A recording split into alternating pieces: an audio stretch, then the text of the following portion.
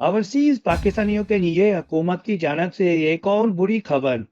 बैरून मुल्क से ज़ाती इस्तेमाल के लिए मुसाफिर को एक मोबाइल फ़ोन लाने की इजाज़त होगी। एक मोबाइल फ़ोन के सिवा तमाम मोबाइल फ़ोन अब जब्त कर लिए जाएंगे। वफाकी हुकूमत ने बैरून मुल्क से $1200 मालियत से जायद का सामान साथ लाने पर पाबंदी आयद करने का फैसला कर लिया। इस हवाले से central board of revenue (FBR) ने दाखिली रूल्स 2006 में मजीद तरमीम करने से मुतल्लिक नोटिफिकेशन जारी कर दिया।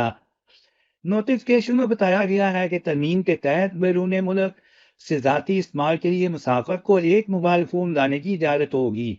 एक मोबाइल फ़ोन के सिवा तमाम मोबाइल फ़ोन जब्त कर लिए जाएंगे। मजीद कहा गया है कि तरमीम के तहत $1200 से जायद मालियत की अशिया कमर्शियल तजारत का सफर होगी और इजाफी मालियत की अशिया ड्यूटी टैक्स और जुर्माने के बावजूद क्लियर नहीं होंगी। नोटिफिकेशन के मुताबिक बैरून मुल्क से कमर्शियल मकदार में अशिया साल लाने पर मुकम्मल पाबंदी लगाने का फैसला किया गया है। नोटिफिकेशन के मुताबिक कवानीन में तरमीम से मुतल्लक 7 रोज में सिफारिशात दी जा सकती हैं। मुकर्ररा मियाद के बाद मसूल होने वाली तजावीज़ और आराह काबिल कबूल नहीं होंगी।